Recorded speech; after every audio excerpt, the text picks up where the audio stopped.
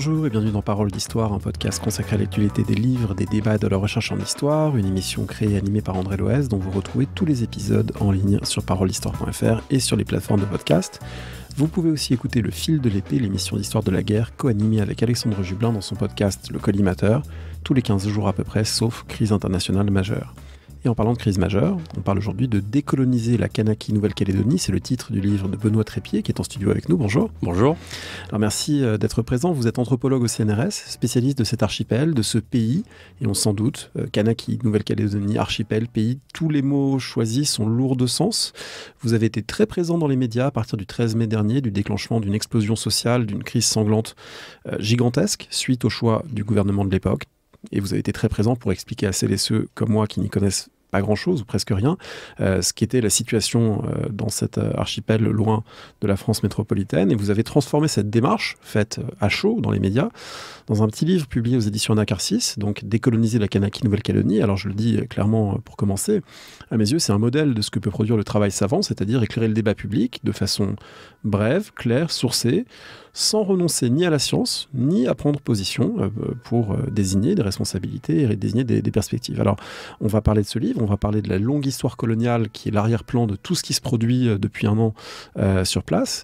Avant de parler du fond, est-ce que vous pouvez dire un petit mot peut-être de l'écriture de ce livre et de ce marathon médiatique que vous avez fait d'abord, et puis ensuite des choix que ça a entraîné pour écrire cet ouvrage ? Oui, alors c'est tout à fait comme vous l'avez dit. J'avais absolument pas prévu d'écrire ce livre. J'étais sur un autre projet de recherche au long cours qui n'a rien à voir, qui était sur le Pacifique au 19e, etc. Mais quand Nouméa a explosé à partir du 13 mai 2024, j'ai d'abord été complètement sidéré par ce qui s'est passé, bouleversé. J'ai appelé mes proches, etc. Et quand les médias ont commencé à me solliciter, en fait, pour moi, ça a été c'était une sorte d'exutoire parce que justement, ça a évité que je reste prostré sur mon canapé à me lamenter sur ce qui se passait en Calédonie. Donc, ça me permettait d'un peu d'entrer en action et de mobiliser effectivement ces travaux, alors à la fois mes propres enquêtes, disons ma connaissance de la littérature scientifique et puis mon cheminement intellectuel depuis 25 ans, finalement, dans une dynamique de maturation lente, de réflexion sur qu'est-ce que ça veut dire que la décolonisation dans ce drôle de pays, où soudain, en fait, cette maturation lente, je l'ai explicitée d'un coup dans les médias. Et il se trouve qu'il y avait une méconnaissance immense au sein des médias, comme d'ailleurs du monde politique ici dans l'Hexagone, des nuances, des complexités de ce dossier calédonien. C'est une nouveauté, disons que dans les années 80, il y a eu une séquence insurrectionnelle forte qu'on appelle localement les événements. Et à ce moment-là, dans les années 80, le personnel politique et médiatique de l'Hexagone a appris la Calédonie à comprendre quelles étaient ces tensions. Et donc, après, il y a eu le processus des accords, Michel Rocard, etc. La paix est revenue et ça a duré pendant 35 ans. Et en fait, j'ai pu constater qu'il y avait eu effectivement une rupture générationnelle et que dans le personnel politique et médiatique ici, maintenant, plus personne ne comprenait et n'avait les dossiers, les clés pour comprendre ça. Donc, la paix avait produit l'oubli. C'est ça. En particulier parce que la Kanaky Nouvelle-Calédonie, elle est aux antipodes et que la paix et le processus de décolonisation progressive qui s'est mis en œuvre a fait que la Calédonie, les affaires calédoniennes ont de plus en plus été gérées par les gens locaux et plus par Paris, ce qui allait plutôt dans le bon sens. Mais tant et si bien que quand ça a explosé, en fait, personne ne comprenait. Est-ce qu'on peut dire un mot peut-être de comment vous vous situez vous, parce que c'est bien aussi de dire d'où on parle et quel est votre rapport propre en termes de travail, mais aussi en termes d'appartenance à cet endroit ? Oui, moi j'ai aucun lien familial, personnel antérieur avec la Kanaky Nouvelle-Calédonie. Je l'ai découvert quand je faisais mes études à Sciences Po Lyon au moment de la signature de l'accord de Nouméa, donc en 1998. Et je me rappelle bien qu'à ce moment-là, quand la Calédonie avait fait la une des journaux pendant quelques jours, j'avais été extrêmement surpris de voir qu'il y avait un territoire encore actuellement sous le drapeau français où on parlait de décolonisation, puisque le mot décolonisation, il est dans l'accord de Nouméa, où donc, moi, je pensais, et je n'étais pas le seul, je veux dire, dans l'Hexagone, à la fin des 90, on pensait vraiment que les questions coloniales, ça, c'était des débats mémoriels, etc., mais qu'en gros, tout s'était un peu fini en 62 en Algérie. Et là, découvrir qu'il y avait un bout, une terre du Pacifique, que ça continuait, ça m'a beaucoup intéressé. Et à la même époque, je suis devenu très ami avec un copain kanak à Lyon, donc que j'ai rencontré sa famille, etc. Et c'est comme ça que je me suis dit, à partir de la maîtrise, équivalent du Master 1, j'aimerais bien faire un travail sur comment ce nouvel accord, l'accord de Nouméa, a été négocié. Donc j'ai rencontré les responsables politiques de l'État, du camp loyaliste et du camp indépendantiste. Et à cette faveur, je suis allé pour la première fois en Calédonie avec mon ami kanak qui m'a introduit dans sa famille, ce qui m'a permis d'entrer dans le monde kanak. J'avais une clé d'entrée. Et comme c'est un pays qui est très ségrégué, en fait, si on n'a pas de clé, c'est pas facile. Mais là, j'ai eu la chance d'avoir cet ami qui m'a introduit dans sa famille, et sa famille m'a présenté d'autres personnes, etc. Donc j'ai fait cette première recherche, j'ai été tout à fait passionné. J'ai donc après poursuivi en thèse en décidant de travailler à l'échelle plus resserrée d'une commune, c'est-à-dire de savoir ce projet de réconciliation de l'accord de Nouméa, les rapports entre les Blancs locaux, qu'on appelle les Caldoches, et les Kanaks, les autochtones, comment ça se passait en vrai sur le terrain, à l'échelle d'une petite commune rurale où les gens vivaient ensemble. C'était ça mon idée. Donc j'ai travaillé dans ce cadre-là sur la commune de Koné, dans le Nord. J'ai consacré ma thèse, et là encore, en fait, c'est mes amis Kanak qui m'avaient accueilli m'ont trouvé une famille Kanak d'accueil, qui m'a hébergé, accueilli, adopté, etc. Et donc, c'est là où finalement, depuis cette époque-là, j'ai noué des liens de longue durée avec beaucoup de gens, à la fois parce que c'est la condition du travail ethnographique, et ce sont des liens qui débordent l'enquête stricto sensu. Voilà. Mais c'est aussi ça qui nourrit ce cheminement de longue haleine sur la Calédonie.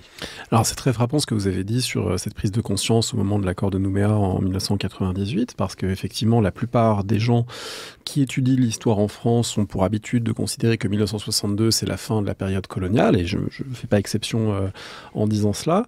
Et votre livre n'est pas un livre d'histoire, mais c'est un livre où l'histoire est là, parce que d'une certaine manière, sur place, on le comprend, c'est pas du passé. C'est-à-dire que l'histoire coloniale, c'est encore du présent. Donc, il y a une histoire à faire de cette histoire coloniale qui commence en 1853, on va y revenir. Mais faire de l'histoire n'est pas une activité savante, étudiant, comme je sais pas, on étudierait les Hittites, on étudierait l'Empire byzantin. On fait l'histoire de choses qui sont opérantes au présent. Tout à fait, parce que dans le débat politique contemporain, ce débat, il est saturé de références à l'histoire longue, à la temporalité longue. Les indépendantistes ne cessent de dire on est un peuple présent dans ce pays depuis 3000 ans. Les Européens sont arrivés il y a 170 ans, donc c'est vraiment 10% de l'histoire humaine de ce pays. On est le peuple autochtone, on a été colonisé, on est le peuple premier. Et on a subi des formes d'oppression coloniale que l'accession à la citoyenneté en 1946 n'a pas stoppé. Et donc, et précisément, si l'accord de Nouméa parle de décolonisation, c'est qu'il y avait un problème colonial jusqu'alors. Voilà. Donc c'est constamment... Et de fait, la référence à ce passé colonial singularise les positions. C'est-à-dire que les Kanaks ne cessent de dire, les indépendantistes Kanaks, parce qu'en gros, l'immense majorité des indépendantistes sont Kanaks, ne cessent de parler de cette histoire coloniale, des spoliations, de l'indigénat, etc. C'est des références hyper présentes, alors que dans le camp des partisans du maintien pour la France, on a tendance à dire « mais ça, c'est du passé, c'est loin ». On n'est plus du tout sur le même problème. Donc finalement, la place de l'histoire coloniale, elle est en soi en débat, en fait.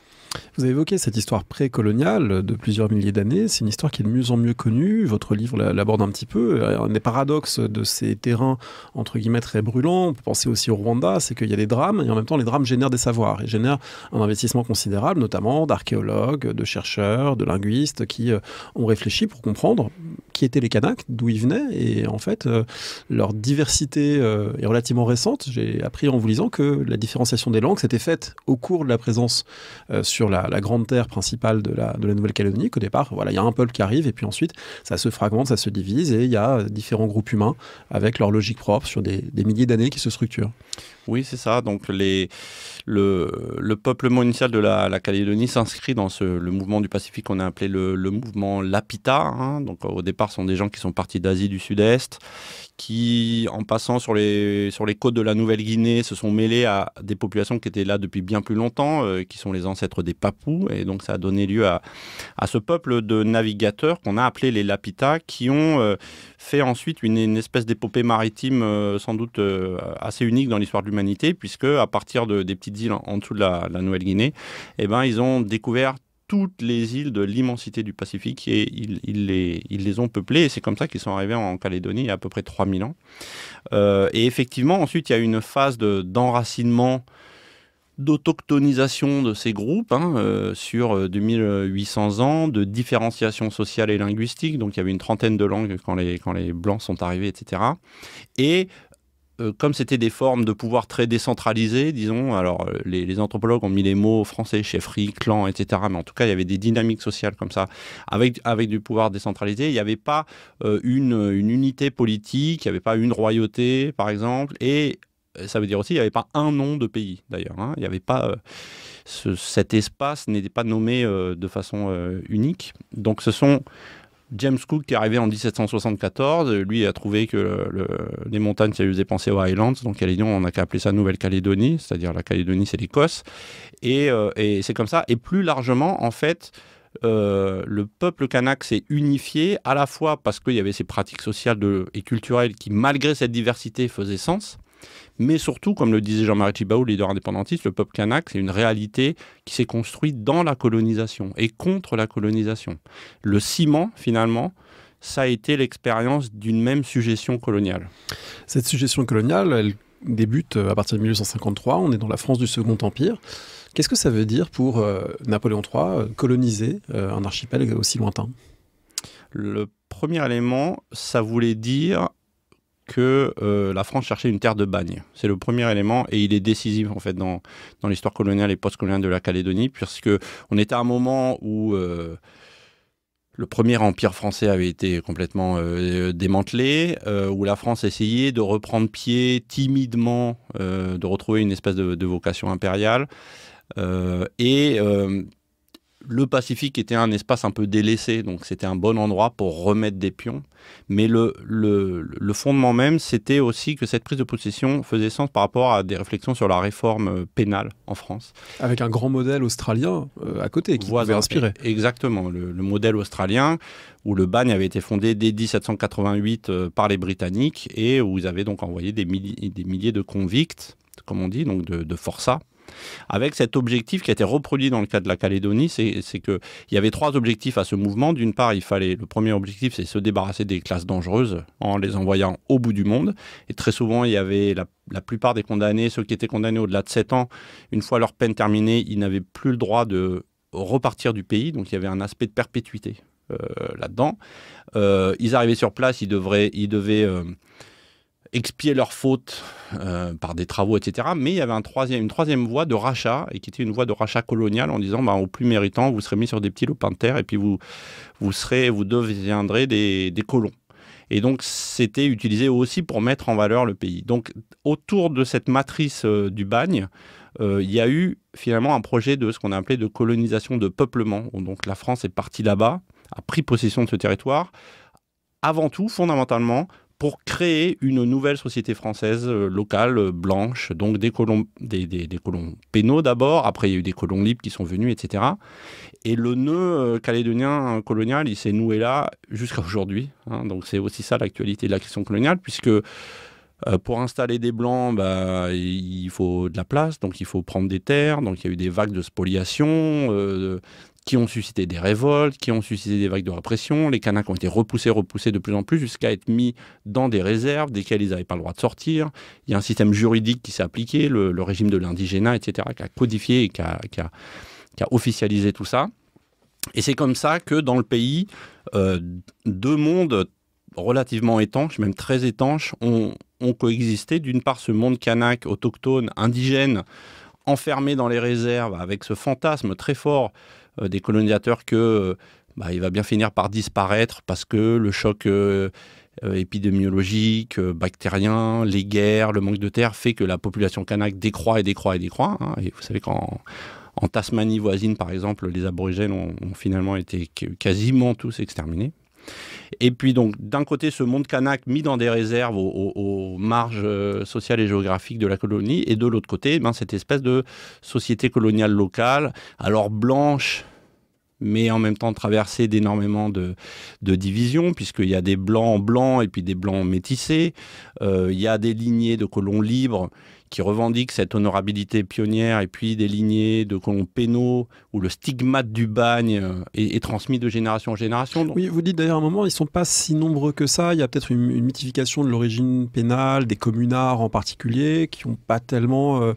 en termes numériques, c'est pas forcément déterminant à long terme. Non, parce qu'il y a beaucoup la majorité des forçats qui sont partis en Calédonie n'ont pas été placés sur des lopins de terre parce qu'ils n'étaient pas assez méritants, donc ils étaient lâchés dans la nature, dans la colonie, et puis ils ont peu à peu disparu. Quant aux communards, c'était encore plus spécifique parce qu'ils ressortaient de la catégorie des déportés politiques, et la plupart des communards, une fois leur peine terminée, ils sont revenus en France.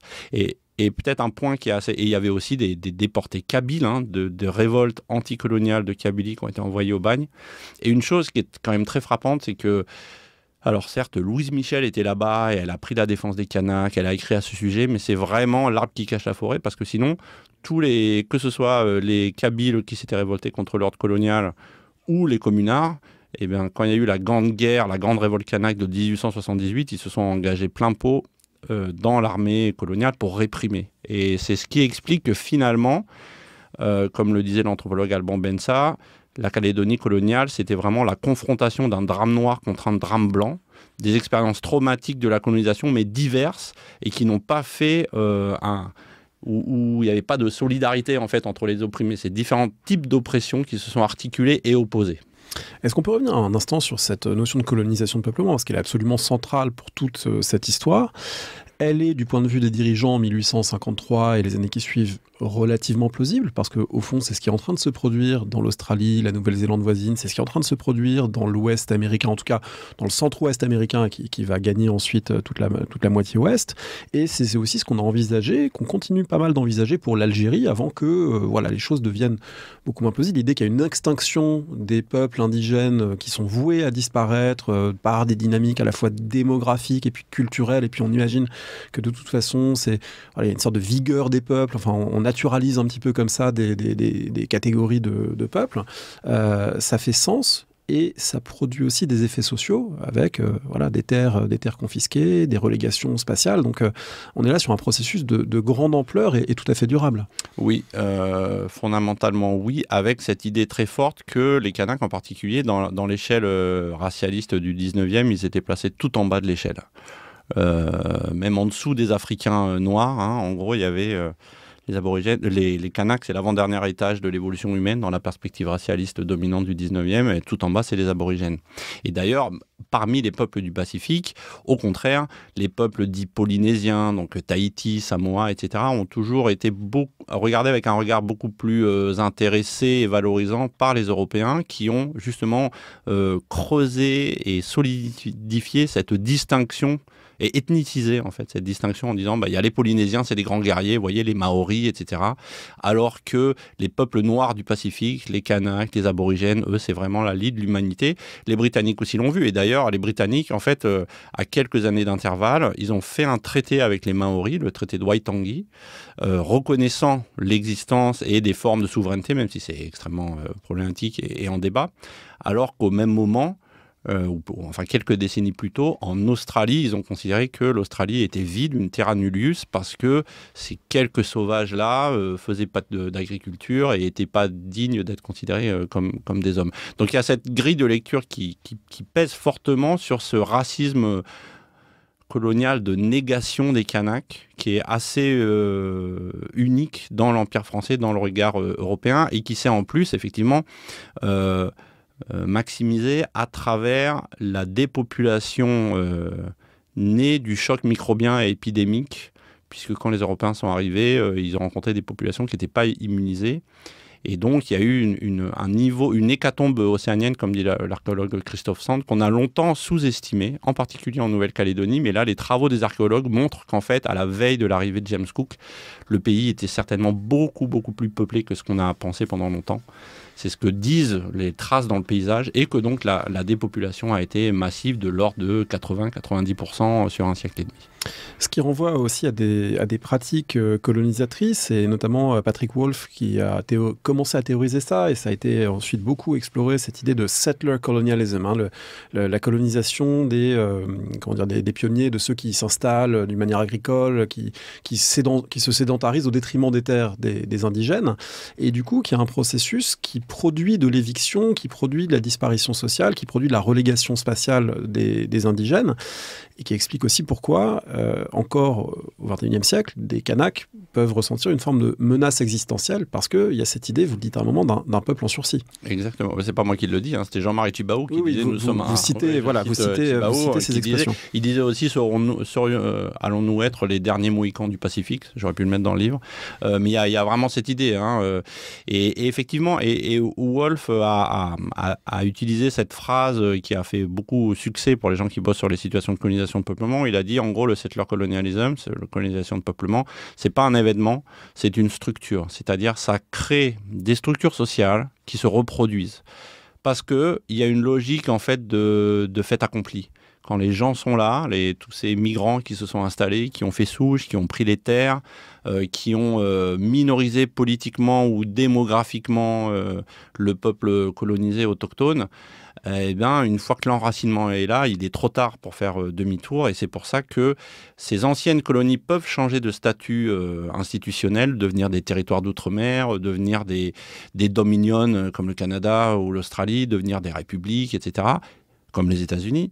Mais il n'empêche que le contentieux colonial au sein de la société concernée, cette minorisation des autochtones, elle se poursuit en fait. Et typiquement, l'indépendance de l'Australie vis-à-vis de la Grande-Bretagne n'a pas du tout amélioré le sort des aborigènes d'Australie qui ne se sentent absolument pas dans une situation de décolonisation. C'est là où ça complexifie finalement la signification de ce que décoloniser veut dire.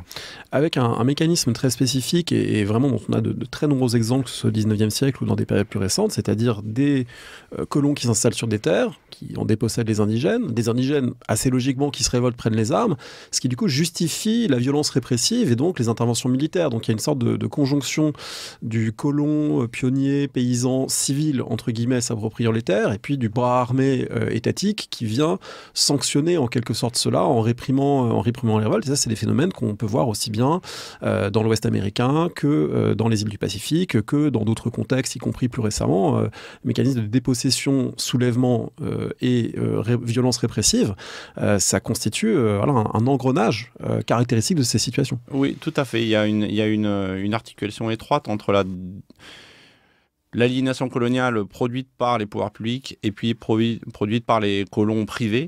Concrètement, ça se manifeste dans l'histoire de la Kanaki-Nouvelle-Calédonie par le fait que parfois les Kanaks ont été chassés de leurs terres par l'administration en anticipant l'arrivée de colons. Donc il fallait libérer les terres pour pouvoir mettre des bagnards, allotir le terrain, faire des lots, etc.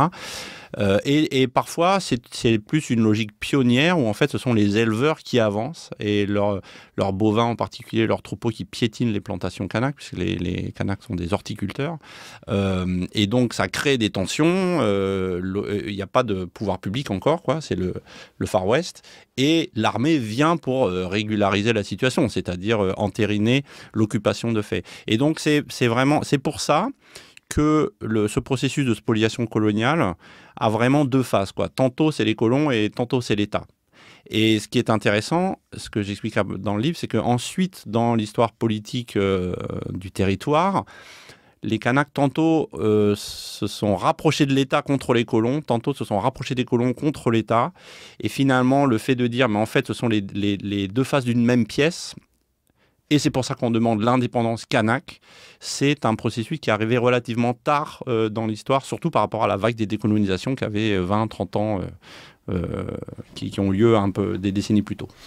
La phase coloniale, c'est aussi une phase très intéressante du point de vue du droit, parce que le droit colonial assigne les individus à des nouvelles positions, et du coup, une tribu en droit colonial, c'est pas tout à fait la même chose que les groupes humains qui existaient avant que les colonisateurs soient là, la manière dont on désigne des chefs, des sous-chefs, des grands chefs, des petits chefs, dont on délimite des tribus, dont on dit une tribu appartient à tel territoire, alors que les conceptions de la souveraineté et de la propriété pouvaient être tout à fait différentes, ou plus fluides, ou même plus rigides, peu importe, mais en tout cas, n'étaient pas les mêmes. Donc c'est-à-dire que le droit colonial réifie en quelque sorte des identités kanaks et structure la société kanak d'une manière dont il lui sera difficile de se sortir par la suite. Tout à fait. Il réifie et même il crée des nouvelles structures ex nihilo et des nouveaux mots qui après sont du coup réapproprié. Donc effectivement, le mot tribu, il est créé, il est à l'articulation des réserves. Donc on a spolié les Kanaks de leurs terres, on les a mis dans des espaces qu'on a nommés des réserves, elles sont closes. Ils n'ont pas le droit d'en sortir sans autorisation administrative jusqu'en 1946. Et on a dit, eh bien, dans une réserve, la population qui est là, on l'appelle une tribu. Et donc c'est un mot importé du vocabulaire impérial français, mais qui n'avait aucune espèce d'existence locale. Une tribu, c'est un groupe humain qui vit sur une réserve et qui est dirigé par un chef. Là aussi, le mot chef, en français dans le texte, je veux dire, a été importé sur des réalités qui étaient bien plus complexes. Voilà. Et plusieurs tribus forment un district indigène, le mot district, et un district indigène a un grand chef. Et tout ça est donc codifié dans le droit colonial et articulé au fameux régime de l'indigénat qui finalement est une codification du statut particulier de ces indigènes, puisque finalement ces indigènes en Calédonie comme ailleurs dans l'Empire, ce sont des nationaux français, ils n'ont pas d'autre nationalité que la nationalité française, mais ce sont des nationaux français qui sont dépossédés de la citoyenneté. Donc on le sait, ça a été montré par de nombre de collègues, et notamment Emmanuel Saada, etc. Il y a en situation coloniale une disjonction entre nationalité et citoyenneté, donc on a les indigènes sont dits sujets non citoyens français. Et ce statut signifie aussi qu'ils n'ont pas de droit politique, ils sont soumis à la souveraineté française sans pouvoir participer à son expression par le vote. Ils ont un droit pénal spécifique qui s'applique à eux, qui est ce fameux régime de l'indigénat avec des infractions spéciales qui ne s'appliquent qu'à eux et pour lesquels ce n'est pas le pouvoir judiciaire qui juge, mais c'est le pouvoir administratif. Et puis il y a un troisième élément, c'est qu'ils ont un droit civil qui n'est pas le code civil. C'est-à-dire que le colonisateur français dit ces gens-là, on les place sous notre drapeau, mais en même temps, on ne les a pas transformés d'un coup de baguette magique en français d'un point de vue civil et culturel. Et donc la traduction juridique de la culture française, c'est le code civil français. Donc on dit, eux, ils continuent d'être régis par leurs us et coutumes. On crée pour ça ce qu'on va appeler un droit civil particulier. Mais on ne le codifie pas, parce qu'en fait, on n'y connaît rien, puis on n'y comprend rien, et puis ça n'a jamais été l'intérêt du gouvernement. En fait, l'intérêt des autorités, c'est de prendre la terre pour créer la société coloniale. Et de façon intéressante, en 1946, quand la situation coloniale se termine, la Calédonie devient un territoire d'outre-mer, les Kanaks deviennent des citoyens français, mais ils maintiennent leur statut civil particulier. Donc depuis lors, en Calédonie comme ailleurs d'ailleurs dans l'Empire, il y a deux catégories de citoyens français. Il y a les citoyens de droit civil commun et les citoyens de droit civil particulier. Et c'est une spécificité qui se poursuit jusqu'à aujourd'hui. On va revenir sur ce moment de 1946. Juste avant, il faut dire qu'une particularité de la situation, c'est que le pari, en quelque sorte, de la colonisation de peuplement n'a pas été gagné, dans la mesure où l'archipel n'est pas devenu à 90% européen. Il n'est pas non plus resté à 90% kanak, et l'un ou l'autre aurait sans doute simplifié le devenir de l'endroit. Et s'il est si compliqué, c'est précisément parce qu'il y a ces formes d'équilibre imparfait, incertain, changeant entre groupes, avec en plus d'autres groupes dont on n'a pas parlé, qui sont d'autres Océaniens, également des travailleurs engagés d'origine asiatique, parce que sur des plantations coloniales, on fait venir des travailleurs pas que d'Europe, mais beaucoup d'Indochine, par exemple, plus largement d'Asie, de Chine, etc. Autrement dit, c'est une population dont les équilibres ne sont pas le tout ou rien d'une majorité coloniale ou minorité au contraire, mais qui sont des équilibres plus relatifs. Voilà, tout à fait. C'est vraiment la spécificité, c'est la singularité singularité du cas calédonien et qui explique que le dossier continue à se reconfigurer sous des formes inédites jusqu'à nos jours. C'est précisément à cause de ces équilibres / déséquilibres démographiques. Au sortir de la période coloniale, donc en 1946, les Kanaks représentent 50% de la population. Donc, verre à moitié vide ou verre à moitié plein, c'est selon. Et les Européens représentent à peu près 30-35% de la population, mais ils n'ont jamais été majoritaires, et encore moins aujourd'hui. Et puis les autres, effectivement, les travailleurs asiatiques, donc javanais, indochinois, japonais, puis après tahitiens, wallisiens, représentent globalement, à l'époque, 10-12% de la population. Donc se pose donc on a une société finalement composite. La société blanche n'a de blanche que le nom, puisqu'en fait il y a des blancs et des gens qui ne sont pas vraiment blancs. Et le deal qui se pose la question qui se pose en 1946, c'est les Kanaks deviennent citoyens, ce qui veut dire que d'un coup ils vont représenter potentiellement la moitié du corps électoral. Et ce qui veut dire que le pouvoir politique local risque d'être complètement retourné avec l'entrée en politique des Kanaks. Au passage, c'est exactement la même situation qui se pose en Algérie et la même angoisse pour les colons en Algérie de savoir que du jour au lendemain, des millions d'Algériens, et là pour le coup c'est 3 pour 1 à peu près, ou 4 pour 1 la proportion, vont accéder à la citoyenneté. Donc en Algérie on invente le double collège électoral, les Algériens voteront d'un côté, les Français de l'autre, et du coup ça va éviter la perte de souveraineté. La Nouvelle-Calédonie, la question se pose un peu dans les mêmes termes. Exactement, mais comme il n'y a pas les mêmes équilibres démographiques, justement il y aura de très longs débats et un blocage politique pendant quelques années, au tout début des années 50, sur est-ce qu'on fait un double collège ou un collège unique. Il y aura une solution intermédiaire qui va être mise en œuvre, je rentre pas dans les détails, mais c'est important de voir que ces débats ont été posés et qu'à ce moment-là, il y a il y a plusieurs éléments à souligner. Globalement, si la Calédonie a explosé dans les années 80, c'est parce qu'il y a eu le virage indépendantiste dans les années 70, c'est parce que pendant les 30 années précédentes, il n'y a pas eu de révolte. Alors que la période coloniale avait été extrêmement dure, extrêmement violente, comme on l'a évoqué, avec toute une série de grandes guerres coloniales. Étonnamment, de prime abord, il y a une espèce de paix qui règne entre les années 40 et les années 80. Et donc, dans mes travaux précédents, moi et d'autres, Eric Soriano, Ismet Kurtovic, on s'est beaucoup interrogé, Michel Napels aussi, on s'est beaucoup interrogé sur les conditions de possibilité de cette non-révolte à l'époque même où, au Vietnam, à Madagascar, en Algérie, au Cameroun, c'était pas du tout la même histoire. Mais en Calédonie, c'est resté très pacifié. Et donc, il faut comprendre pour ça que au lendemain de la Deuxième Guerre mondiale, il y a eu un mouvement communiste qui a commencé à s'implanter, un parti communiste calédonien porté par quelques militants européens et puis les anciens tirailleurs de retour, etc. Et ce parti avait un discours extrêmement intéressant qui disait globalement, qui avait un discours extrêmement critique sur les colons, en disant c'est vous les Kanaks, vous êtes les seuls propriétaires de ce pays et tous ces messieurs racistes ne sont pas chez eux, etc. Donc il y a un discours anticolonial très radical, mais qui s'appuyait sur l'État français et qui disait nous on veut rester sous la bannière de la République et on veut l'égalité des droits contre ces messieurs. Donc un discours anticolonial mais pas du tout indépendantiste. Et quand il y a eu la montée en puissance de ce mouvement communiste, en fait, ce sont les missions chrétiennes qui sont rentrées en jeu parce qu'il y avait un risque très fort de révolte. Oui, il fallait désamorcer cette hypothèque communiste subversive, en quelque sorte. Exactement.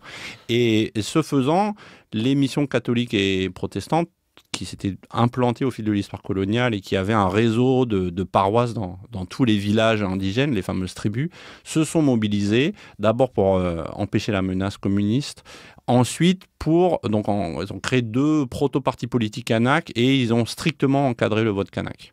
Et le programme de revendication qu'ils ont fait monter était un programme réformiste, modéré, typiquement qui s'inscrivait dans l'héritage de ce qu'on appelle l'humanisme colonial, c'est-à-dire on lutte contre entre guillemets, les excès de la colonisation, on va leur mettre des adductions d'eau, on va leur mettre des routes, ils vont faire des coopératives, etc. Mais on ne modifie pas les structures coloniales de la société locale, on ne revient pas sur les spoliations foncières, sur la négation, sur le racisme, etc. Cette démarche des missionnaires, elle va rencontrer une partie de la population non-kanak, et en particulier de la population européenne, les intérêts de gens qui vont dire, bon, puisqu'on est grosso modo 50-50, si tous les Kanaks sont bien encadrés par les missionnaires, il suffit qu'une petite partie des non-Kanaks fasse alliance avec ces gens-là pour obtenir une majorité absolue. Et donc, il va se poser une question au sein du monde non-Kanak, est-ce qu'on s'allie ou pas avec les Kanaks? Alors, et c'est là où il n'y a pas les mêmes stratégies, il n'y a pas les mêmes positionnements politiques, mais il y a une petite minorité portée par une figure qui s'appelait Maurice Lenormand, dont je parle un peu dans le livre, mais aussi qui avait le soutien des syndicats blancs, en fait, qui a dit il serait intéressant de faire une alliance électorale à cause de cette répartition démographique et du fait qu'il y avait un collège électoral unique. C'est pour ça que Lenormand et ces gens-là ont plaidé pour le collège unique en disant, grâce à ça, on pourra faire alliance. Et on pourra faire alliance sur un discours anticolonial qui consiste à dire on est tous les petits d'une colonisation économique, de gros intérêts qui nous écrasent, qu'on soit des petits blancs ou qu'on soit des Kanaks, on est dans le même bateau, un discours qui lisse quand même beaucoup les différences historiques, mais finalement dans lequel beaucoup de gens se retrouvent parce que ça donne des perspectives politiques peut-être plus fortes ensemble que séparément. Voilà, c'est tout le paradoxe de ce mouvement politique. Donc il y a un parti politique qui va être créé autour de cette alliance, qui va s'appeler l'Union calédonienne et qui va régner en maître sur la vie politique du pays entre les années 50 et les années 70, avec ce fameux slogan « Deux couleurs, un seul peuple ». Et lors de leur première élection, le mot d'ordre, c'était colons et autochtones, unissez-vous. Cette année d'élection sera l'année de la libération. Donc, sous-entendu, la libération commune, et le discours de Lucé va dire, oui, on a tous un ennemi commun, c'est le colonialisme. Et il faut qu'on se décolonise tous ensemble. Et qu'est-ce que c'est donc moi, j'ai pas travaillé sur ça en disant, mais qu'est-ce que c'est que ce colonialisme qui aurait pesé autant sur les Kanaks que sur les Caldoches? Eh bien, c'est effectivement la domination du patronat, l'administration impériale. En fait, finalement, c'est un discours assez populiste, disant tous les petits se mettent ensemble et ensemble, on va faire émerger un peuple calédonien. C'est déjà ce que dit Maurice Lenormand en 1960, en fondant cette alliance contre l'État colonial. Voilà. Donc c'est pour ça que c'est aux antipodes du discours du Parti communiste qui disait on s'appuie sur l'État contre les colons. Là, au contraire, c'est on unit les colons et les Kanaks contre l'État. C'est très intéressant au passage parce que ça veut dire que la configuration actuelle qui est, on va dire pour simplifier, mais c'est quand même, on est beaucoup dans le face-à-face d'une posture loyaliste à outrance, la République et rien d'autre, et c'est un département comme un autre, et une posture qui serait l'indépendance ou rien, à plus forte raison après les drames qui viennent de se passer. Cette situation de face-à-face, historiquement, elle est contingente, elle n'a pas du tout toujours été celle qui a animé la vie politique locale, alors que dans un territoire colonisé, on aurait pu penser que, voilà, il y a deux camps historiquement qui ont toujours partagé des positions parfaitement opposées. Il y a eu des moments où c'était profondément différent, avec des convergences inattendues, parce que la configuration sociale était différente. Oui, tout à fait, mais de fait, ces configurations inattendues, ambiguës aussi sur ce qu'était ce parti d'Union calédonienne en pratique, sur est-ce que les Blancs qui étaient ces Blancs qui se sont alliés avec les Kanaks à cette époque-là, est-ce qu'ils étaient autant racistes que les autres? Est-ce qu'ils étaient... Moi, j'ai fait donc un travail à l'échelle de cette commune du Coné où j'ai regardé ça un peu de façon micro-historique et j'ai vu que dans cette commune, les Blancs qui ont fait alliance avec les Kanaks, c'était les descendants des lignées stigmatisées de l'époque coloniale, c'est-à-dire pas les blancs d'origine libre, mais plutôt les quelques familles d'origine pénale. Les chapeaux de paille. Voilà, les chapeaux de paille, comme on disait, qui étaient pointés du doigt par les colons honorables, ou alors certains qui étaient un peu métissés, ou encore d'autres qui travaillaient dans l'élevage et qui, dans l'espace de l'élevage, avaient des sociabilités interethniques un peu poussées, qui apprenaient la langue, alors que les Blancs du village qui ne faisaient pas d'élevage avec les Kanaks, ils ne connaissaient pas. Donc voilà, c'est tout ce monde extrêmement finalement contrasté, parce que la bipolarité entre Kanak et non-Kanak, ou Kanak et Caldoche, en fait, quand on va à l'échelle locale, elle ne résiste pas à la complexité du social. Et c'est ça tout l'intérêt de voir quelles sont les finesses de ce monde colonial qui autorise des alliances inédites, ambiguës, auxquelles on ne s'attend pas. Mais ça s'est passé dans les années 50, mais il faut souligner que c'était un petit peu ça aussi, le pari de l'accord de Nouméa. Donc là, je fais un saut, on y reviendra, mais du début du XXIe siècle, c'était de dire tous les habitants du pays se réunissent et en fait, ils ont des choses en commun qu'ils partagent pour créer une décolonisation qui passe un peu par le deux couleurs. C'était un peu le deux couleurs, un seul peuple aussi ces dernières années, sauf qu'on l'a vu là, d'un coup, ça s'est peut-être pas brisé, mais en tout cas, ça a été fortement remis en cause avec les émeutes, les violences du 13 mai 2024. Est-ce qu'on peut dire un mot de cette notion de métissage, parce qu'elle est susceptible de plein d'usages en situation coloniale? C'est toujours très intéressant, parce que c'est à la fois quelque chose qui souvent est combattu, parce qu'il y a parfois l'idée que la ligne de couleur doit être préservée à tout prix et qu'il ne faut pas, par exemple, je pense au sud des États-Unis, 19e siècle, le métissage est impensable dans ce type de société ségrégationniste. Il y a d'autres sociétés, les colonies portugaises par exemple, au contraire, on va valoriser le métissage en disant le métissage c'est formidable, c'est ce qui fait qu'on n'est pas un empire comme les autres, que c'est beaucoup plus égalitaire, que vous voyez, finalement on a un destin commun et le métissage prouve que les différences peuvent être dépassées, etc. Donc il y a à la fois des réalités biologiques qui peuvent exister, effectivement, des gens qui sont nés de parents avec des origines différentes, mais c'est aussi des catégorisations symboliques et des manières de désigner des choses qui, en fonction des contextes, peuvent être utilisées de manière complètement différente, valorisées ou au contraire dévalorisées. Alors, dans la société calédonienne, comment ça marche ? Alors, dans cette société coloniale de Calédonie, effectivement, d'abord, cette question de métissage, elle renvoie aussi à la question du genre. Et en l'occurrence, les migrations européennes coloniales, ou disons non kanak vers la Calédonie, où il y avait un sexe ratio très déséquilibré du côté masculin. Donc, il y a eu rapidement, dès le 19e siècle, des unions entre hommes européens et femmes kanak. Et il y a un schéma, et que deviennent ces enfants?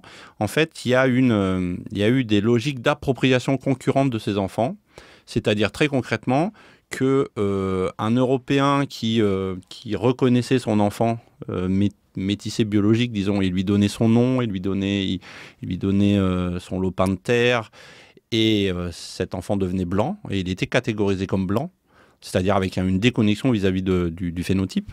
Ou alors le père ne le reconnaissait pas et la mère rentrait dans sa famille, sa tribu, son clan, et l'enfant devenait kanak, était élevé dans la langue kanak, était adopté coutumièrement, familialement, par un homme de la famille de la mère pour qu'il soit inscrit dans une lignée patrilinéaire, et donc ça devenait un kanak. Il était catégorisé, identifié par tout le monde comme kanak. Ce qui fait qu'il n'y a pas eu de catégorie de métis qui a émergé pendant toute la période coloniale et jusqu'à très récemment en Calédonie. Donc, parce que dans les recensements, aujourd'hui, on peut se dire métis. Aujourd'hui, mais c'est seulement depuis 2009. Avant ça, c'était pas possible. Mais pourquoi? C'est parce que ces enfants nés de la rencontre coloniale étaient de toute façon investis par les deux sociétés. Et ce qu'avait montré là encore Emmanuel Saada, c'est que dans l'Empire, on parlait du problème des métis avant tout quand il y avait des enfants qui n'étaient pas intégrés ni par l'une, et en l'occurrence c'était le cas en Indochine. Ces enfants métis étaient rejetés des deux côtés.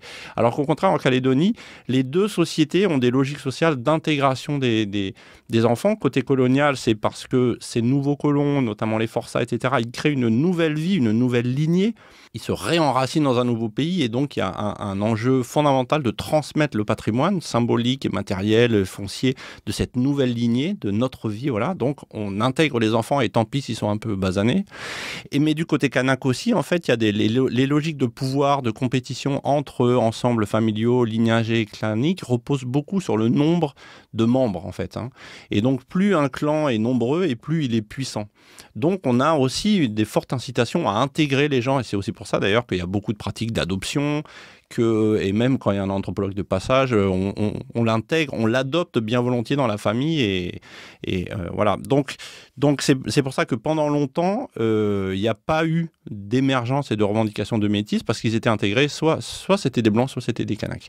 Et ça s'est reproduit comme ça, jusqu'à ce que finalement, au fil, c'est que dans les années 2000 qu'il y a des revendications de gens qui ont dit nous on est métis et on est fiers de l'être. Mais j'ajoute qu'il y a une petite parenthèse, c'est que quand les Kanaks sont devenus indépendantistes, à partir des années 70, il y a eu le discours du métissage, il a été très fortement mobilisé par les anti-indépendantistes en disant, pour délégitimer la revendication. Oui, ça sert à rien de vouloir l'indépendance, puisqu'on est devenu un même peuple, ça fait maintenant tellement longtemps qu'on est tous mélangés, donc c'est meilleur de dépolitiser les situations, de dire, voilà, comme le sang biologique est mélangé, finalement, peu importe les injustices historiques ou les inégalités sociales. Oui, et puis alors c'était aussi sur des discours beaucoup plus basiques et sommaires, disant, mais vous n'êtes pas des vrais Kanaks, vous, messieurs les indépendantistes. Monsieur Pidgeot, votre grand-mère, Monsieur Tibaou, votre grand-père, etc. Donc c'était une façon de dire, de toute façon, vous parlez, mais il y a toujours ce soupçon d'inauthenticité, et c'est un grand classique, parce que comme la lutte indépendantiste, elle était articulée à la valorisation de l'identité kanak et de la culture kanak, en disant, on est un peuple, on a une culture et en tant que tel, on a des aspirations de reconnaissance politique. Le discours en face était de dire mais non, pas du tout, tout ça c'est dissolu. La question le contentieux colonial c'est dissolu puisque finalement l'avenir c'est le métissage. Et vous l'entendez encore aujourd'hui et depuis un certain nombre de décennies, oui, mais l'avenir de la Calédonie c'est le métissage. Mais dire ça c'est aussi dénier l'enjeu de la reconnaissance du peuple kanak. Alors, avant d'en venir à la période marquée par les accords Matignon puis Nouméa et les solutions de décolonisation qui étaient envisagées, il faut évoquer peut-être la très grosse transformation des années 1960-1970, le boom du nickel. On est sous la Ve République, le nickel est un minerai extrêmement présent dans le sous-sol de l'archipel, développement industriel massif avec des enjeux pour savoir qui va le contrôler, qu'est-ce que ça va transformer, avec un afflux de population. Donc c'est aussi à ce moment-là que commencent à se mettre en place de nouvelles situations qui conduisent aussi à l'émergence d'un discours indépendantiste. Oui, c'est vraiment un tournant très important. Globalement, la Ve République, mais en particulier ce moment du boom du nickel. La Ve République, sur une chose, c'est que la Ve République, elle est créée, et évidemment, on le sait, dans la continuité et les affres de la guerre d'Algérie, et elle est créée avec le fait que, bon, ça y est, cette histoire de l'Empire français, de l'Union française, de la communauté, tout ça, c'est derrière nous. Ce qui veut dire que les quelques territoires qui restent français, dont la Calédonie, mais aussi les Antilles, enfin ce qu'on appelle à l'époque les dom-tom, ils vont être nationalisés. Maintenant, on n'est plus dans la distinction impériale de gestion de groupes différents, de peuples, voilà. On est dans une uniformisation du modèle. Ça passe en Nouvelle-Calédonie par le fait de dire, bah maintenant, on va transformer Nouméa en un petit Nice des antipodes, ce sera vraiment à l'identique. Et c'est accéléré avec ce boom du nickel qui entraîne une modernisation des infrastructures économiques, la mise en place de nouveaux circuits économiques avec l'afflux de transferts financiers de l'État qui va placer la Calédonie dans des situations de dépendance financière chronique. Voilà. Et puis, cet afflux de population va avoir un effet décisif parce que pour la première fois dans l'histoire calédonienne, les Kanaks vont devenir minoritaires chez eux. Avec le boom du nickel de ce tournant des années 70, ils représentent 40% de la population. Et au même moment, les tout premiers étudiants Kanaks, enfin, il faut savoir que en matière scolaire comme dans le reste, il y a d'immenses fossés hérités de l'époque coloniale, puisque l'école indigène ne permettait aucune accession aux études supérieures. Donc le tout premier bachelier kanak, c'est 1962, ce qui donne un repère fondamental pour comprendre ce que veut dire un héritage colonial. C'est très concret, hein. C'est que le premier bachelier kanak, c'est 1962, donc c'est extrêmement tard. Les tout premiers étudiants partent dans les années 60 dans les universités françaises, et là, ils découvrent le tiers-mondisme, la théologie de la libération, mai 68, la vague des décolonisations, et ils rentrent avec un nouveau regard. Et eux vont dénoncer le colonialisme qui a perduré, notamment sous le règne de ce fameux parti de couleur un seul peuple, en disant bah, tout ça était une hypocrisie qui consistait à dire oui, on est tous des frères, mais en fait, avant tout, à capter la masse électorale kanak, mais qui n'a pas remis en cause les fondements coloniaux de la société locale. Et donc, on va demander l'indépendance. Parce qu'ils sont influencés par ce modèle de la décolonisation de l'Afrique, de l'Asie. Et donc, ils disent, nous, on veut sortir de ce contentieux par l'indépendance, parce que finalement, comme je l'ai dit avant, l'État et les colons, c'est les deux faces de la même pièce. Donc, on veut l'indépendance. Et le droit international, le droit des peuples à disposer d'eux-mêmes, considère qu'il n'y a que nous, peuple kanak, en tant que peuple autochtone colonisé, qui sommes légitimes à nous prononcer sur l'autodétermination de ce pays. Ce ne sont pas aux autres de se prononcer. Donc, on veut organiser un référendum sur l'accession à l'indépendance, et ce référendum ne sera ouvert qu'aux Kanaks. Face à ça, l'État français va dire absolument pas. Ici, c'est la France, donc c'est le droit français qui s'applique, c'est pas le droit international. Or, dans la République française, il y a un fondement, c'est un homme égale une voix. Ce qui veut dire que si vous voulez qu'on fasse un référendum sur l'indépendance de cet archipel, très bien, mais tous les citoyens français qui y vivent votent. Or, les Kanaks sont devenus minoritaires. Donc, si on fait un vote avec tous les habitants, en sachant que globalement, la grande majorité des Kanaks sont indépendantistes et la grande majorité des autres ne sont pas pour l'indépendance, si on fait un vote dans ces conditions, le non à l'indépendance est majoritaire. Et c'est ça la démocratie. Point barre, circuler, il n'y a rien à voir. Sauf que les Kanaks disent non, ça ne peut pas fonctionner comme ça parce que c'est pas vous les colons en général, et c'est pas vous en particulier, les métropolitains ou les profs ou les pharmaciens qui viennent ou les gens venus pour le boom du nickel qui sont arrivés il y a 2 ans. Vous n'avez pas à vous prononcer sur le futur de ce pays. Ce n'est pas le vôtre, c'est le nôtre. c'est là que s'est noué ce très fort, cette très vive opposition qui n'a fait que croître jusqu'à l'explosion de la guerre des années 80 entre eux, autour de la question de qui peut voter. Qui peut se prononcer pour l'avenir de ce pays? Et là, vous voyez que ça fait écho. Voilà la même question qui s'est posée en 2024, c'est-à-dire la définition du corps électoral. Jusqu'à quand on remonte pour dire les personnes qui vivaient là depuis combien de temps, depuis 10 ans, leurs enfants, etc. Autrement dit, la notion de corps électoral, parce que cette notion de corps électoral, elle renvoie à l'histoire. Est-ce que le corps électoral, c'est juste les gens qui vivent sur un lieu à un moment donné, les gens de passage, les expats, les gens qui sont en transit, ils ont un papier d'identité, peuvent se faire inscrire dans un bureau de vote? Ou est-ce qu'on reconnaît qu'il y a un poids de l'histoire? Et si y a un poids de l'histoire, à ce moment-là, c'est les gens qui portent cette histoire, pas que Kanak d'ailleurs, mais descendants de Bagnard aussi, mettons, ou d'autres, qui ont leur mot à dire dans la construction de l'avenir. Voilà, c'est bien pour ça que ce poids de l'histoire, et comme vous dites, il n'a jamais été aussi présent que là, en 2024, parce que autour de cette question de on ouvre le corps électoral, on a touché à la corde sensible, à vraiment la colonne vertébrale du problème colonial en Nouvelle-Calédonie. Et à la corde sensible qui avait été en partie dénouée au terme du cycle de violence. Alors, pas rentrer dans tous les détails, mais les gens de notre génération les ont vécus au journal télévisé, les images terribles de l'assaut sur la grotte d'Ouvéa, des violences qui ont culminé au moment de la campagne présidentielle de 1988, instrumentalisée par Jacques Chirac à l'époque, et puis le fait que, par la suite, Michel Rocard a joué un rôle tout à fait éminent pour mettre au point un processus, et un processus plutôt vertueux. Vous citez dans le livre en annexe le texte de l'accord de Nouméa, qui est un texte très fort, parce que c'est rare que dans un texte juridique, on trouve une sorte de leçon d'histoire. Est-ce qu'on peut dire un mot? Alors, non pas des événements eux-mêmes et des violences, là encore, le livre a beaucoup d'éclairage, mais de la manière dont ça a été dénoué, et c'est une manière quand même très originale. C'est rare en histoire qu'on voit des gens, disons, essayer de mobiliser l'histoire de façon vertueuse, pas pour opposer, mais plutôt pour dire tenons compte du passé, essayons de trouver un accord qui nous permette d'utiliser le passé pour construire le futur. Comment ça s'est fait? Ça fait avec beaucoup de sang et de larmes, comme dirait l'autre. Hein. Il a fallu quand même la guerre des années 80 pour que des gens comme Michel Rocard, Jean-Marie Tjibaou et Jacques Lafleur aient la lucidité de décider de trouver un compromis avant qu'il soit trop tard, parce qu'on était au bord de l'irrémédiable au lendemain de la grotte d'Ouvéa.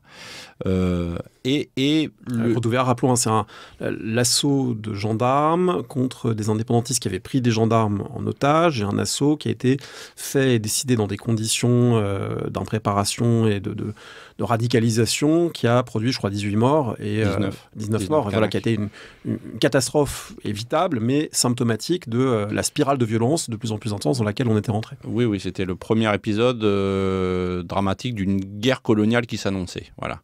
Et ils ont réussi à trouver un accord. Et s'ils ont réussi à trouver un accord, c'est qu'ils sont tombés d'accord sur cette question du corps électoral. C'est pour ça que ce qui s'est passé récemment est très grave. C'est que le pouvoir politique, aujourd'hui, a remis en cause ce point sur lequel repose la paix.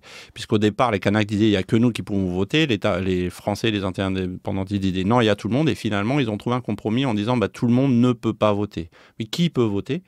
Et les Kanaks ont d'abord dit ça va être ceux qu'on va appeler les victimes de l'histoire. Là encore, sur la place de l'histoire dans le débat politique contemporain. Hein. C'est dès 83, ils ont dit nous, on accepte de partager notre droit à l'autodétermination avec les victimes de l'histoire, c'est-à-dire les descendants des Bagnards, les descendants des colons, les descendants des couliers asiatiques, qui n'ont pas choisi de naître sous le soleil calédonien, qui sont sur cette terre kanak que l'État a volée et qui leur a donnée, mais n'empêche qu'ils sont enracinés maintenant. Et puis, victimes de l'histoire aussi, parce que leurs ancêtres, finalement, ont vécu des expériences traumatiques de la colonisation qui ne sont pas les mêmes que nous. Ils n'ont pas été colonisés et spoliés de la même façon, mais néanmoins, ils ont vécu la misère, l'engagement, etc. Bon. Et donc, petit à petit, au fil des affrontements, on est arrivé jusqu'en 1988 où il fallait absolument trouver un accord. Et c'est à ce moment-là qu'ils ont trouvé un accord pour dire, qui fait partie du pays et qui pourra se prononcer pour l'indépendance. Et l'accord de 1988 a été de dire, ce sont tous les citoyens français qui habitent dans le pays en 1988, à ce jour où on signe les accords de Matignon, et bien dans 10 ans, c'est ces gens-là qui pourront voter pour le référendum d'indépendance. Et ça, Tjibaou, pour lui, ça a été la concession majeure qui lui a été beaucoup reprochée et pour lequel il a sans doute perdu la vie, puisqu'il a été assassiné par un Kanak qui était opposé aux accords, puisque finalement, c'était une une ouverture très large du corps électoral. On était bien loin des victimes de l'histoire, hein, puisque ça veut dire que quelqu'un qui s'est installé en 87, il votera 11 ans plus tard. Mais à minima, ça voulait dire que les gens qui allaient s'installer dans la séquence des accords de Matignon, c'est-à-dire entre 1988 et 1998, donc un Français qui s'installe en 90, en 94, il ne voterait pas. Voilà. Et donc le deal était celui-là, c'était globalement de dire, OK, on repousse la question de l'indépendance à dans 10 ans, on ramène la paix, et en échange, on partage vraiment le pouvoir. On partage le pouvoir, c'est-à-dire le pouvoir économique, le pouvoir politique. On a créé 3 provinces dont on savait que 2 seraient aux mains des indépendantistes. On fait un programme de formation accéléré des cadres kanaks. Il y a des grandes politiques dites de rééquilibrage, qui en fait sont des politiques de discrimination positive qui ne disent pas leur nom, en faveur des kanaks, en matière scolaire, d'infrastructures économiques, culturelles. On promeut la culture kanak, etc. On fait tout ce programme. Et puis arrivé en 98... les signataires des accords de Matignon 88 ont considéré qu'il fallait faire un nouvel accord, qu'il ne fallait pas poser maintenant la question de l'indépendance parce qu'on en risquait de revenir aux affrontements. Donc ils ont dit on fait un nouvel accord et ça va être l'accord de Nouméa, signé en 1998. Et c'est cet accord qui organise explicitement un processus de décolonisation. Le mot est dans le texte. L'accord de Nouméa lui-même a été intégré à la Constitution française. Donc ça veut dire que depuis 1998, l'État français reconnaît très officiellement que ce bout de terre du Pacifique est en voie de décolonisation. Donc ce n'est pas un mot militant, c'est un mot tout à fait officiel qui règne dans les palais de la République. Oui, c'est d'autant plus effarant de voir les reniements et en quelque sorte la négation récente du fait colonial par les autorités que c'était quelque chose qui était admis, qui était devenu à la fois un savoir et une décision partagée par les dirigeants politiques à ce moment-là. Exactement, il y a eu un... Et en plus, ces négociations de 98 ne sont pas nouées comme en 88 dans un contexte où ils étaient au bord de la guerre, hein, mais dans un contexte beaucoup plus apaisé. Et il y a eu un vrai souffle politique assez unique qui s'est joué, qui se manifeste, vous l'avez dit, dans le texte du préambule de l'accord de Nouméa. Donc tout l'accord de décolonisation repose sur ce récit historique qui fait mémoire et propose un récit commun. Un récit commun qui évoque, comme le dit l'accord, les ombres de la colonisation, mais même si elle ne fut pas dépourvue de lumière, qui dit que le choc colonial a créé un traumatisme durable dans la population d'origine, qui revient avec des mots très justes et très forts. Et moi, j'incite tout le monde à relire cet accord, ce préambule de l'accord de Nouméa, parce qu'en fait, s'il était... on le mettra en ligne sur le site. Ouais, s'il était un peu mieux connu dans les débats postcoloniaux français, ce serait vraiment très intéressant, parce que l'État français n'est jamais allé aussi loin dans une reconnaissance lucide qui n'est ni de la repentance, ni du déni, quoi, en fait. Et articulé à ce récit, auquel les Kanaks tenaient énormément, hein, les indépendantistes. On sait qu'il a écrit ? Alors, il a été écrit à plusieurs mains, très probablement, mais l'un des principaux artisans de l'accord de Nouméa, c'est Alain Chrisnart, qui était le conseiller spécial de Jospin à l'Outre-mer, qui est un de ces hauts fonctionnaires français qui a suivi le dossier calédonien depuis 1980. Mais en même temps, c'était vraiment une demande très forte des indépendantistes. Et donc, autour de ce récit, donc, on a dit, le préambule dit il est temps de reconnaître cette oppression coloniale parce que c'est le préalable à la refondation d'un nouveau contrat social et politique de décolonisation. Et donc, à partir de là, vu qu'on a reconnu ça, on fait la décolonisation progressive de la Nouvelle-Calédonie dans la République française pendant 20 ans. C'est ça le truc assez unique. Et cette décolonisation, elle reposait sur 3 dispositifs principaux. Le premier, c'était un transfert progressif et irréversible de compétences de l'État français à la Nouvelle-Calédonie. Donc, amenant le pays peu à peu au bord de l'indépendance. C'est-à-dire que au terme du processus, au moment des référendums, seules les compétences régaliennes, les compétences qui définissent la souveraineté d'un État en droit international, étaient encore gérées par la France, c'est-à-dire concrètement la défense, la monnaie, la justice, l'ordre public et les relations internationales. Tout le reste est géré localement par un gouvernement local qui est lui-même obligatoirement collégial, avec des loyalistes et des indépendantistes qui doivent bosser ensemble et, comme ils disent, construire le pays. Ça, c'est le premier dispositif de la décolonisation. Le deuxième dispositif, c'est que l'accord de Nouméa a créé une citoyenneté de la Nouvelle-Calédonie dans la citoyenneté française, symbolisant ce nouveau corps politique et cette réconciliation entre les anciens colons et les anciens colonisés, puisque l'accord dit la citoyenneté, c'est le peuple kanak. Le mot peuple kanak est dans l'accord de Nouméa et donc dans la Constitution française. Donc je signale au passage que ça veut dire que la République reconnaît deux peuples actuellement, le peuple français et le peuple kanak. C'est dans la Constitution française. Et donc la citoyenneté calédonienne, il y a le peuple kanak et les autres communautés qui vivent dans le pays, c'est-à-dire toutes ces victimes de l'histoire, etc., qui sont amenées à faire peuple tous ensemble et à créer une appartenance citoyenne commune, une communauté citoyenne qui s'émancipe ensemble. Donc dans une forme de réconciliation postcoloniale un peu en mode nation arc-en-ciel, disons, à l'Afrique du Sud, quoi, de la pensée de Mandela en quelque sorte. Donc ça, c'est le deuxième dispositif.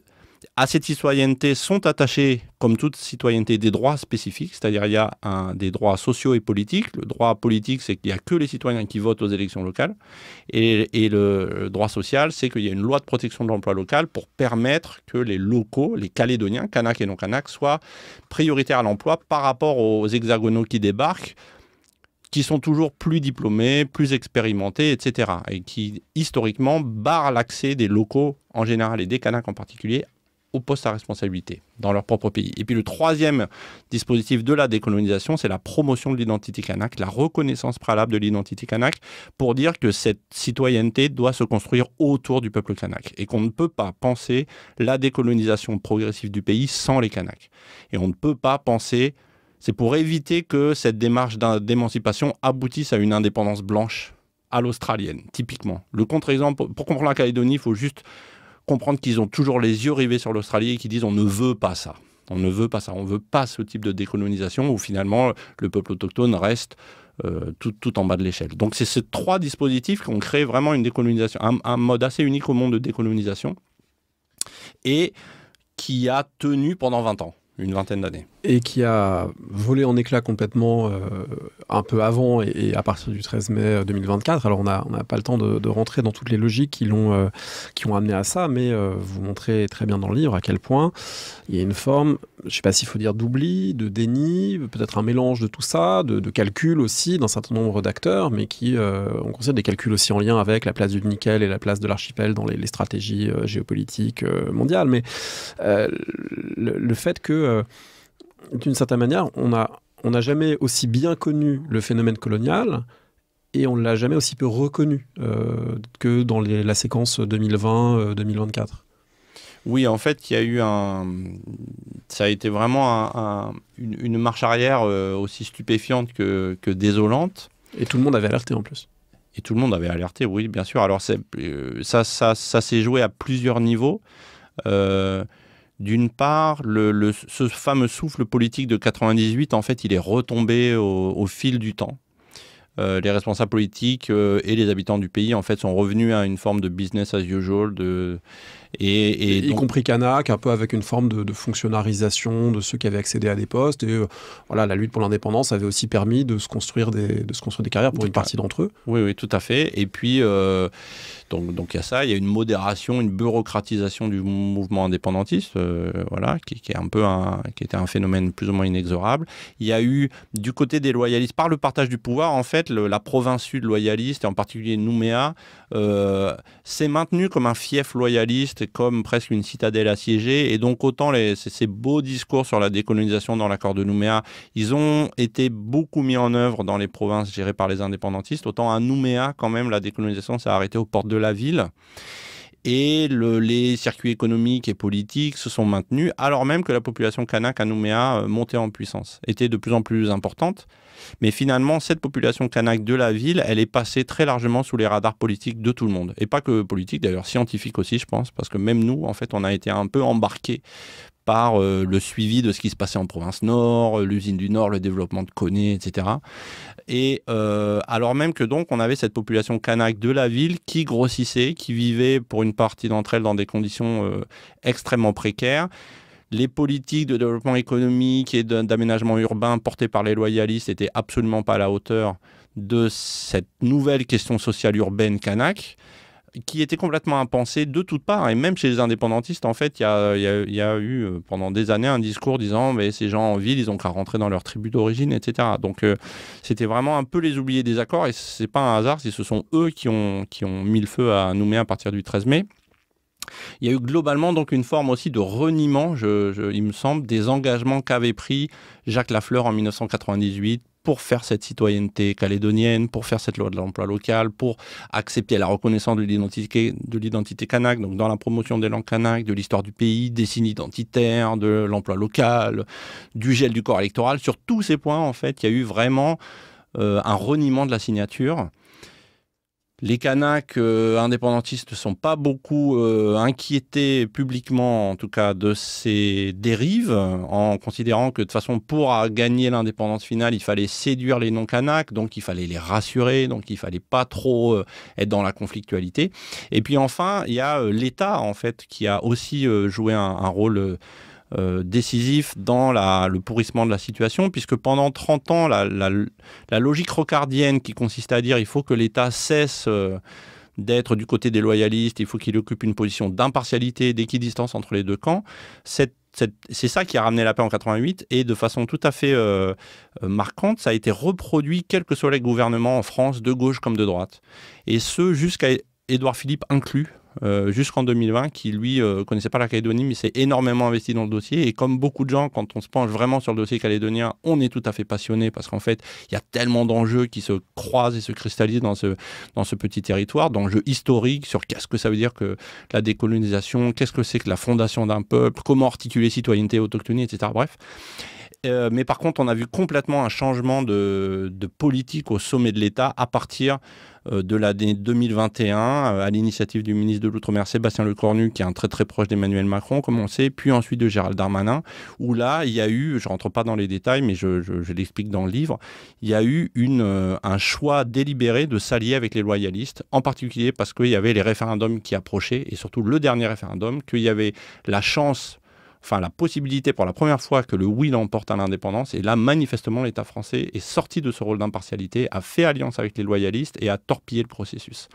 Ça s'est manifesté non seulement lors du dernier référendum, que finalement les Kanaks, dans ces conditions, ont boycotté, puis la leader des loyalistes est rentrée au gouvernement central, elle est devenue secrétaire d'État, donc Sonia Backès, devenue secrétaire d'État de la citoyenneté sous la tutelle de Gérald Darmanin, qui était par ailleurs en charge des négociations sur le futur de la Calédonie.